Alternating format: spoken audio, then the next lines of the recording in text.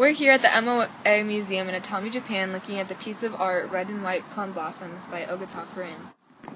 This piece of art is very intriguing to me as it has multiple symbolic meanings. For example, the red plum tree is symbolic of Korin's youth and strength. The two flowering trees on either side of the brook symbolize the dream vision. Yes, and the subtle grid of gold leaf denies any sense of place or time and imbues everything with an ethereal glow. Also, the streams with metallic curls represent flowing water and motion. Korin was said to be influenced by textile patterns, which originated around 5000 BC in ancient China, India, and Egypt. Korin was the son of a merchant and grew up around tapestries.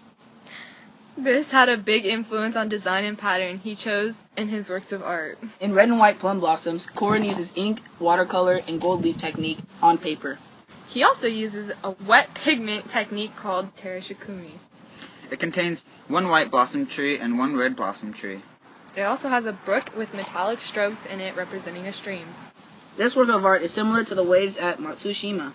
It consists of a golden sky and golden paint strokes resembling waves, islands, and a tree sticking out of the sky.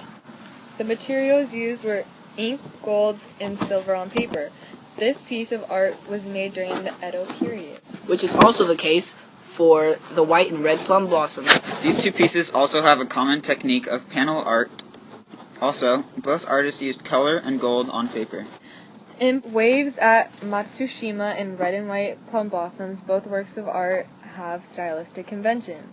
In Red and White Plum Blossoms, the stream and trees have a flowing and curving pattern. This is also seen in Waves at Matsushima, with the same conventions found in the waves and islands. Another piece of art similar to the Red and White Plum Blossoms is Katsushika Hokusai's Under the Wave of Kanagawa, also called the Great Wave. Made in the early 19th century, the Great Wave is a polychrome multicolored wood block print made of ink and color on paper. The theme of nature in each piece suggests similar cultural values and the importance of nature in the Edo period of Japan.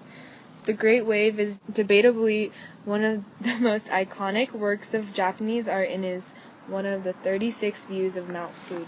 As mentioned earlier, Under the Wave of Kanagawa is part of a series of prints which Hokusai made between 1830 and 1833. All of the images in this series feature a glimpse of the mountain, but as you can see from this example, Mount Fuji does not always dominate the frame.